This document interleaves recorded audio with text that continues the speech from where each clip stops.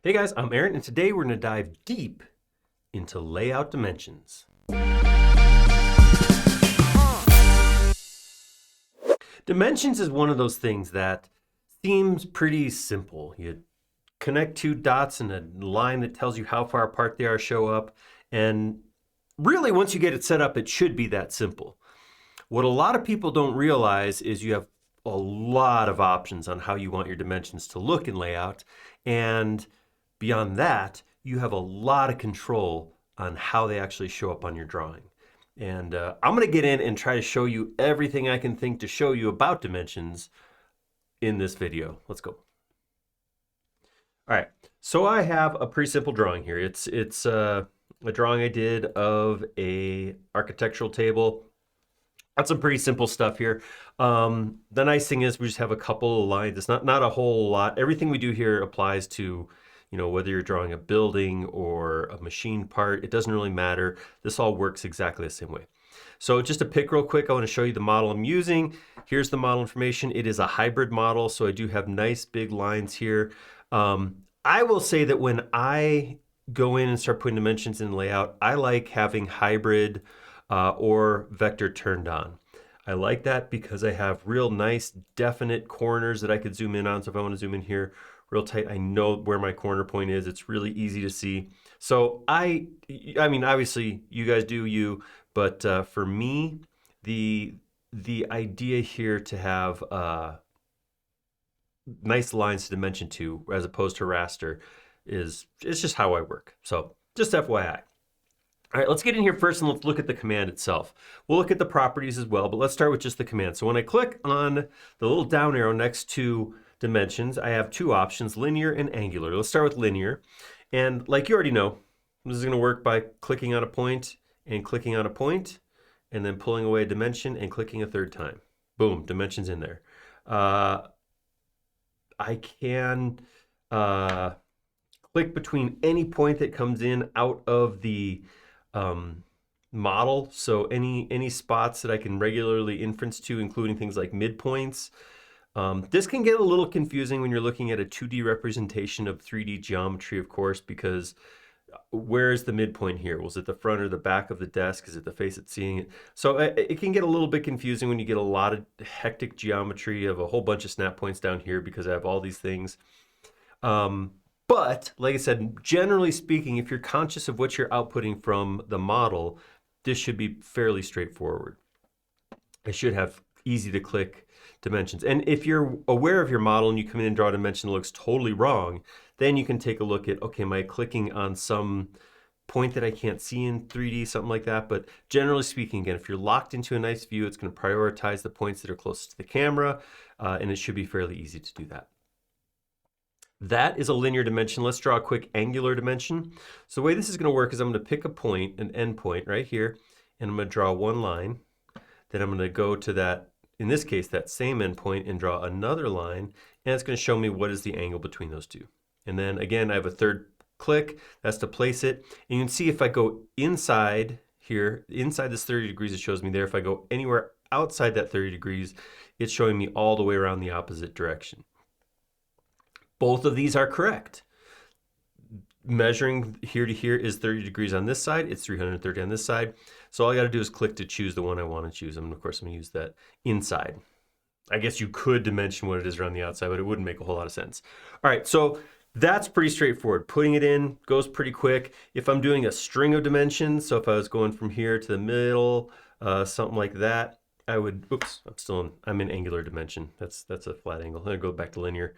So if I was to do a string of dimensions from here to here and pull this up, and then I want to make the next one line up with it, I'd click the 2 points, and then as my inference point, I just come over here, it'll snap those two in line. Very simple, very easy to do.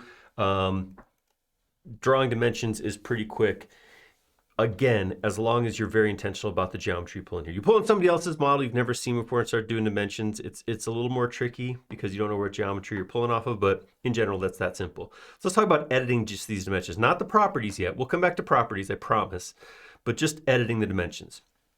When you click on a dimension, whether it is a linear dimension or an angular dimension, you will get the same controls. These controls are, you have dimension or a resize point at the corners, at the edges, and then one rotate point here in the middle.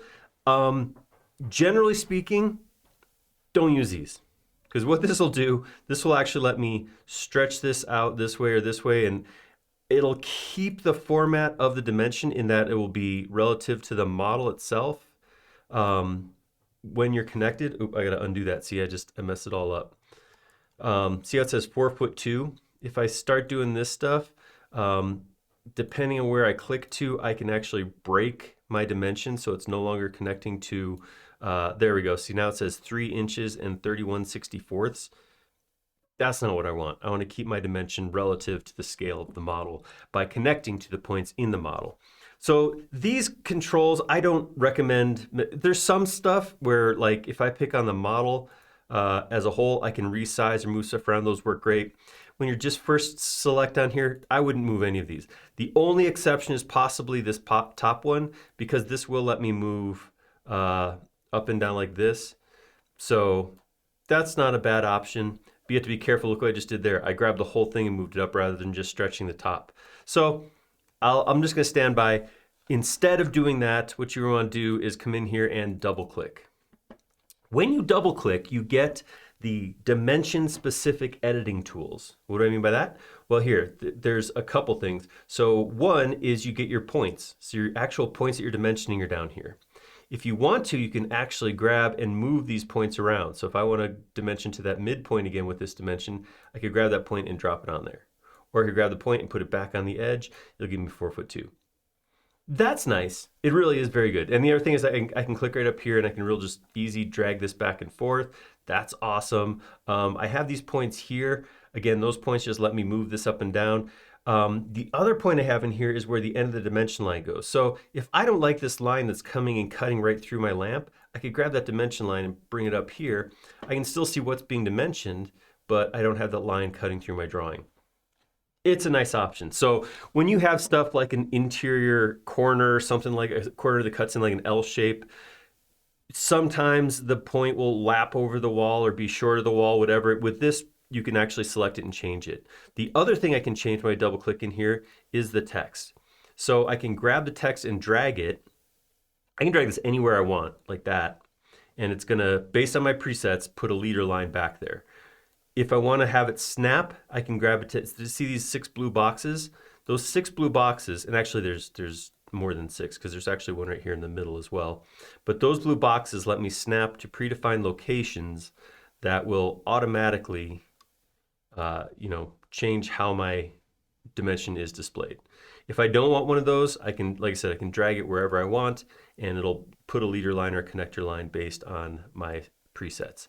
So that's nice. If I double click on the text while I'm in the dimension editing view, it'll let me change what that text is. Now this caret bracket, or less than, greater than, if some of you like that instead, or lefty arrow, righty arrow, all of those work. But this, if this is in here, it says show the dimension that is coming from the model. If I want to overwrite it, so it's 4'2", if I wanted to make it like 48 inches exact, I could type that, oops, and then click out, and it will show that. It didn't change the model. This model is still 4'2" end to end. What it did do is come in and override the standard dimension with whatever I typed in. Fortunately, I can always go back. So if I double click in there again, and I type caret, I keep hitting enter. Don't hit enter, click. Just click outside, and it'll go back where it was. So pretty nice, pretty easy. A lot of people don't realize how quick and easy it is to snap around and make changes. Same goes for my angular dimension over here. Outside, I click on it, I get those all the arrows around the edge. Double click to get out into the actual editing tools. And same thing here. I can move this back and forth. I can click and edit that text, or I can drag and put that text different locations. And of course I have the points. So same thing here, this line's coming all the way through. I don't need that. Let's go ahead and just grab this point and bring it up like this. There we go. So now we're not dropping lines over our lamp at any point because I'm proud of that lamp. It's a cool model. All right. That's, like I said, very simple. One of the things that I like about dimensions, if they get too screwed up, you can always delete them and draw them again. It's 3 clicks to draw another dimension in. So if you start messing around with this, and then eventually, you get it disconnected. Something comes up. Like I said, you can tell if it moves from proper scale 4'2" to something else. Well, okay, that one worked perfectly. So let's try to mess that up again. Things never go wrong the right way when you do this stuff, But if it ever switches back to like inches or screen dimensions, then you know that that's not right. Delete it. Just delete it, drop back in. Simple enough to fix. As far as the look and feel, whenever you draw a dimension, it's going to use whatever settings are in here right now. See this dimension style over here? If I go in and draw a new dimension, it's going to look like this. So if I click on dimensions, it'll become editable, and whatever I draw is going to look like whatever's over here. So right now, what's over here is what I've been drawing, right? So here's that midpoint dimension again. There we go. Leader style is 2-segment. That means when I come in here and drag this text away, oops, I didn't double click. Who's listening to Aaron? Come on, show it, show it. All right, this is that leader line. That 2-segment means it draws like this, line over, line over. If I want to change that, I could actually change that from 2-segment to 1-segment, which would be a straight line, or I could go to curved, which I like best. I like curved best. I think it looks nice. Or I could say no leader at all. This is of course dangerous because yeah, I could do something silly like take this over here and say, there we go, 2'1", and really mess with whoever's using my plan. And I'll teach them to trust me. The other things I have in here, there are options here for where the text is placed. Is it above, in the middle, or below the dimension line? So ideally, I like it in the middle like this. And the nice thing about this geometry is if this ever gets too small where it won't fit, it'll automatically pop that out. So if I come in here and I move my snap line down here, you'll see what happens. I get too small, okay, that was a weird example. But I have the option. I did not make this specific model with the purpose of that, but I can make that change. The other thing in here, I have my orientations too. So if I select this, I can change my orientation. So I can say it's against, it's always horizontal, it's at whatever angle the dimension's at, or it's 90 degrees to whatever the angle's at. So there's 2 relative, and then there's 2 absolute options for the orientation of your drawings. The other things I have in here are how do I want the dimension to be displayed. So I'm gonna come in here and give it an odd dimension. There we go. 2'4" and 17/32. I do have the option, just like I have in SketchUp, I can actually change this to different values or ways of displaying. I don't know why it uses the term architectural versus decimal versus engineering versus fraction. I don't know why it does this, but this is what it uses. Architectural is hard set to inches. Decimal lets you go in and change the value.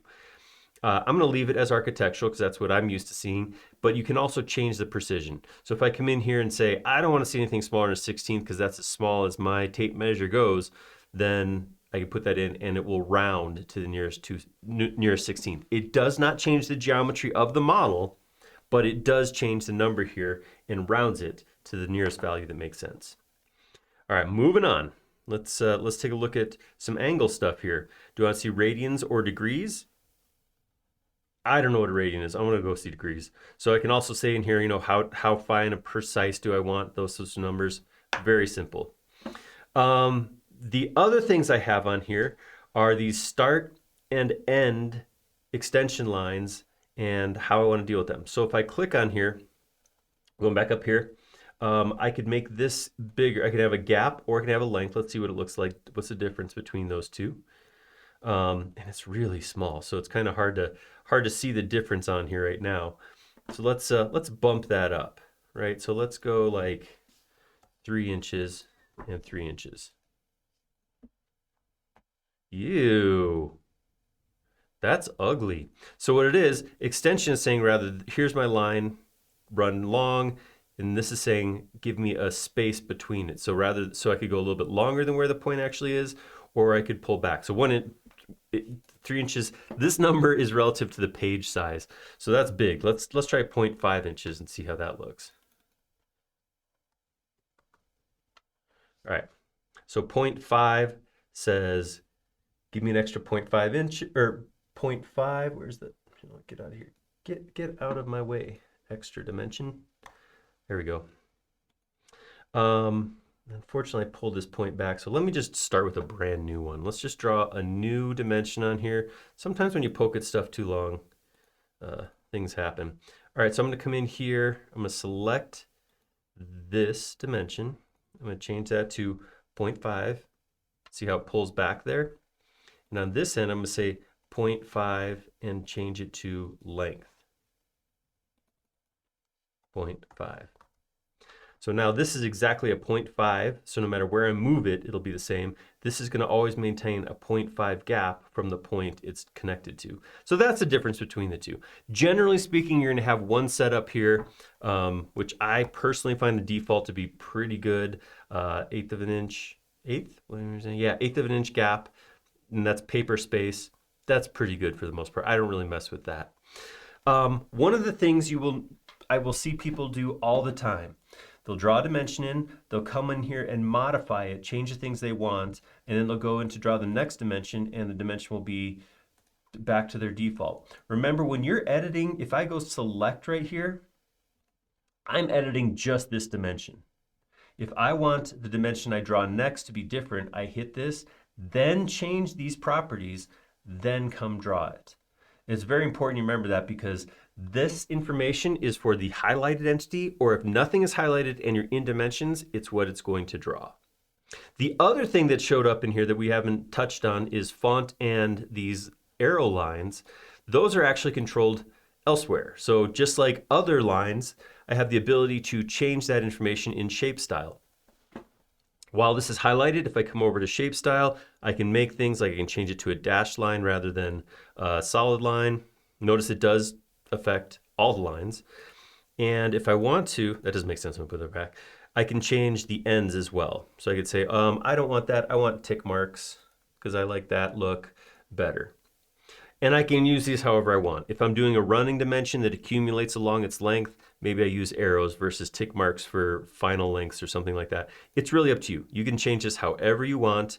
And again, remember that the settings I put in here, so if I come in here to draw a new dimension line, whatever's in here and here is what's going to show up on my next dimension line that I draw in. So the properties here between these two, that's what's going to show up. So even though I changed this last one to tick marks, this one, because this is what the default property is, and I never changed the default, is still arrows. The other thing, one last thing, if I pick on here again, same thing works. If I go up to, I gotta remember exactly where it is. Text. If I pull up my text properties, I can actually change what value is in here, what information, how that shows basically. There we go, show fonts. So if I come in here, if I don't like this font or I want a bigger font, something like that, I can change that. And again, if I draw a new one right now, it's going to show that same thing I did before, my 10 font, right? But if I want to change it for next time, I could come in here and say, okay, let's do some things. Let's change this to always be on top. Let's change it to a 24 font, and let's put tick marks in. Once I do that, now that's set up to dimension differently because I set that before anything was selected. This is probably the biggest stumbling block I see people hit, is that they go in and edit one dimension line and then they start drawing and they're like, oh, it didn't save my settings. It didn't save your settings because you were editing an existing line and not setting your settings for the future. So that's everything I can think of when it comes to drawing dimensions in LayOut. That was a lot longer than I was expecting it to be. I'll be honest. I know I tripped over some things right there.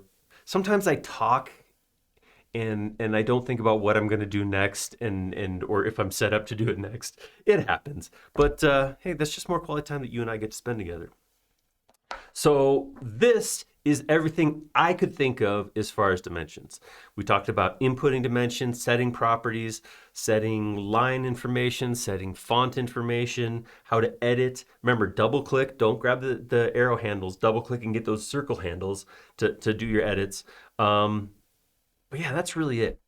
If I miss something, if there's like you're going, oh no, wait, there's a setting you forgot. Tell me about it down in the comments. Like I said, I was just going off the top of my head, everything I could think about it, but there's possible I missed something. So if so, let me know. If you like that video, click like down below, and if you haven't already, please do subscribe. We create several videos each and every week, and you'll be notified of all of them if you subscribe. Most importantly, though, leave us a comment down below. Like I said, if there's a thing I missed, let me know that. If there's a different function, either in LayOut or SketchUp, you think we should do another deep dive on, tell me about that. Or if you got a cool idea for a model, tell us about that too. We like making these videos a lot. We like them even more when they're showing something you want to see. Thank you.